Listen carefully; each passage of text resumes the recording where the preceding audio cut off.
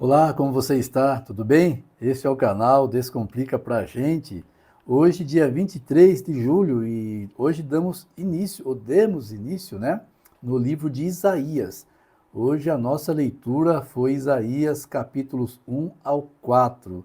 Eu vou comentar aqui com você alguns versículos destes textos que nós lemos hoje. Então, aguarda um minutinho que nós vamos para a nossa vinheta e eu já volto. Não sai daí. Solta a vinheta, editor.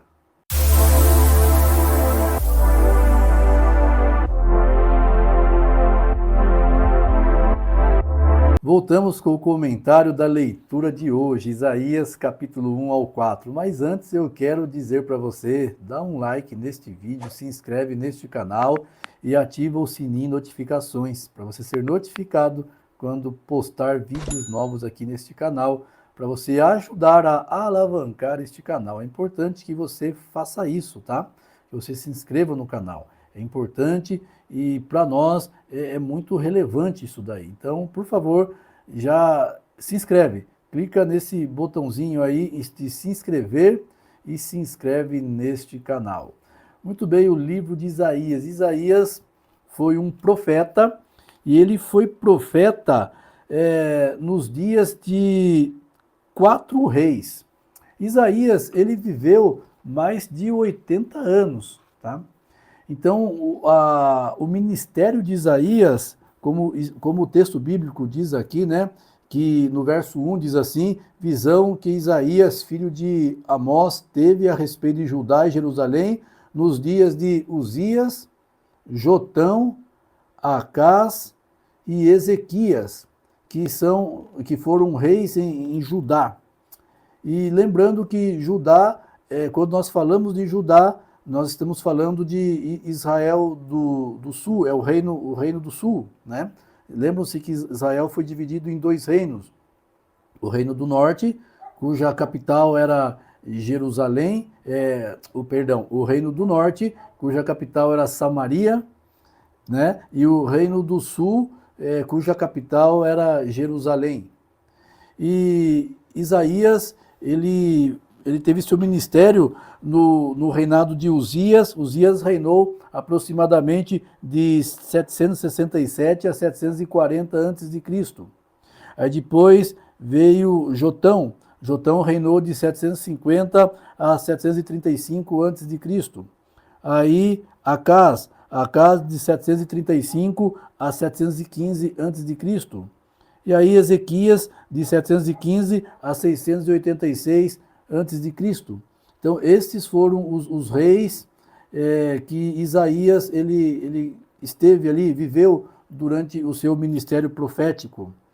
E esse relato de que Isaías fala que ele reinou ali, que ele profetizou ali em Uzias, Jotão, Acás, nós podemos ler, já limos esses relatos no livro de 2 Reis, dos capítulos 15 ao 20, também ali em 2 Crônicas, do capítulo 26 em diante ali, a gente leu isso daí. E aqui o capítulo 1, ele mostra para nós um Israel terrivelmente afundado no pecado, a ponto de Deus comparar Israel como uma ferida purulenta. Até é nojento falar isso, né? Mas o texto bíblico trouxe isso daí para nós. O texto bíblico disse assim no verso 6, que desde a planta do pé até o alto da cabeça não há nada são, a não ser feridas, contusões e chagas abertas. Então, olha a situação que estava o povo de Israel. E lembrando que o povo de Israel era o povo de Deus. Aquele era o povo de Deus que Deus havia trazido lá no deserto, né? Eram os descendentes dele, era o povo escolhido de Deus. E eles estavam terrivelmente afastados. O verso 4 diz que era uma nação pecadora. Eles estavam terrivelmente distantes, a ponto de eles serem comparados com Sodoma e Gomorra, no verso 9. Então, o espírito que estava no meio daquele povo era o mesmo espírito que agiu nas 2 cidades ímpias de Sodoma e Gomorra.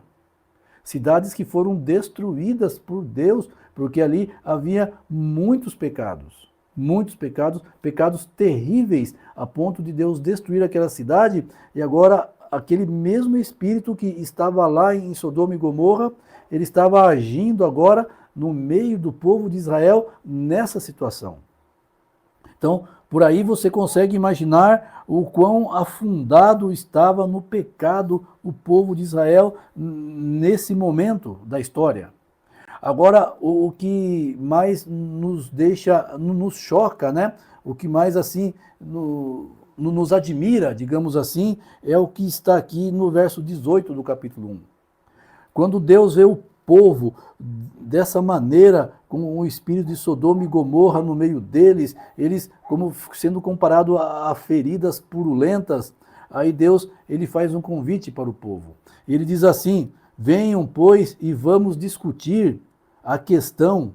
Ainda que os pecados de vocês sejam como escarlata, eles se tornarão brancos como a neve. Ainda que sejam vermelhos como o carmesim, se tornarão como a lã.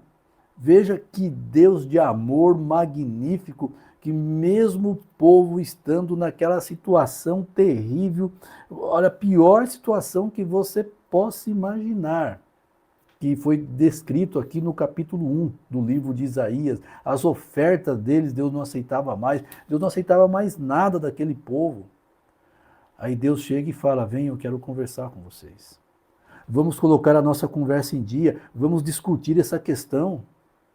Vamos sentar, sente aqui, Deus convida o povo, olha, sente aqui, vamos sentar nessa mesa, vamos discutir a questão. Eu sei que o pecado de vocês, ele é vermelho como carmesim, eu sei que o pecado de vocês, ele é preto como escarlata, mas eu quero purificar vocês. Eu quero tornar vocês como a pura lã. Então veja o amor de Deus. Sabe, isso quer dizer uma coisa para mim e para você. Não importa o quão afundado você esteja no pecado. Talvez eu esteja falando aqui com alguém que acha que está muito afastado de Deus e que não há mais solução para a sua vida.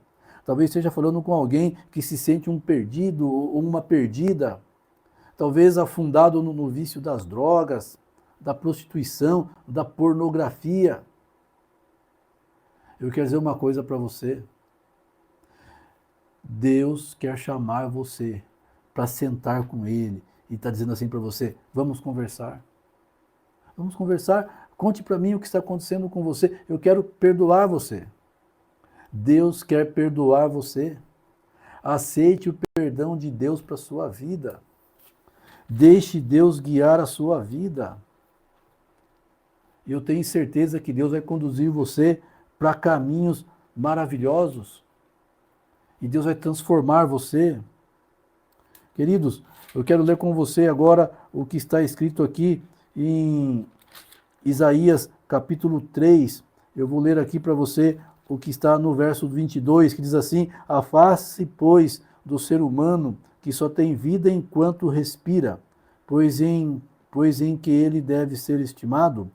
Olha que interessante, nós já falamos aqui durante vários trechos do nosso ano bíblico, essa questão da mortalidade da alma, né? Não imortalidade, da mortalidade da alma, ou seja, o ser humano, ele não tem uma vida hoje depois da morte, ou seja, morreu, ele está num sono, e esse texto diz o seguinte, diz assim que o ser humano só tem uma vida enquanto respira.